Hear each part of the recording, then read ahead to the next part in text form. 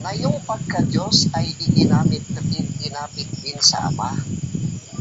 Ibig sabihin, hindi rin ba Diyos ang Ama? Dahil sa sinasabi mo, hindi Diyos si Kristo dahil pagka-Diyos ang ginamit sa Kanya. Ito hamon ko sa iyo ngayon. Magbigay ka. Talo na ako pagka may naibigay ka. Magbigay ka ng record mo na sinabi ko, hindi Diyos si Kristo. Magbigay ka ng record mo na sinabi ko, hindi Diyos si Kristo. Kasi salitang pagka-Diyos ang... Okay. Sige. Okay, ha? Narinig niyo, mga kapatid, ha? Magbibigay tayo ng record na sinabi niya, hindi Diyos si Kristo. Sa makatuwid, tanggap niya na Diyos si Kristo. Pambihira, umaamin,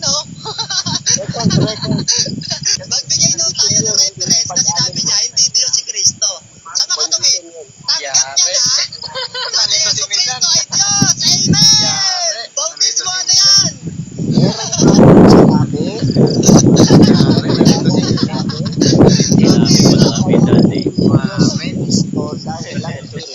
Napapaya na, bro! Napapaya na! May inututulang may bagay na yun, kung di yun ang stand mo. Oo. Yan na yung stand mo. Kasi nga, ang sinasabi... Ayaw niya na ng stand niya. Narinig niya. Ito sabi Oo, narinig niya, ha?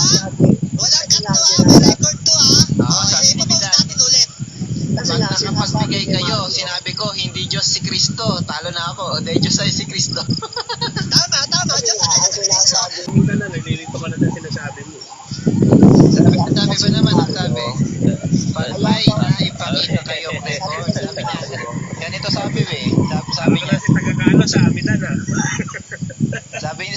sabi ni Midan, pag may naipakita kayong record, sinabi ko, hindi tunay na Diyos si Kristo. Talo na ako. Hilo. Pambira! Ang sarap! Narinig niyo, ha? Mga nagko-comment, ha? Walang edit yan. Si Midan may sabi niya, ha? Walang edit yan, ha? Pinedit, ha? Pinedit na naman yan. Siya may sabi niya, ha? Diyos talaga na si Kristo, umamin na siya. Ang katunayan, umamin na si Midan na Diyos si Kristo. Pakinggan natin dito sa isang video. Pakinggan niya natin. Pambira, umaamin na talaga. Pabutin mo na yan, bro. Samahan niya. Bro, extra. dahil sa ang salitang pagka-Diyos ay likas na kalagayan, bagay na hindi lang si Kristo ang may taglay.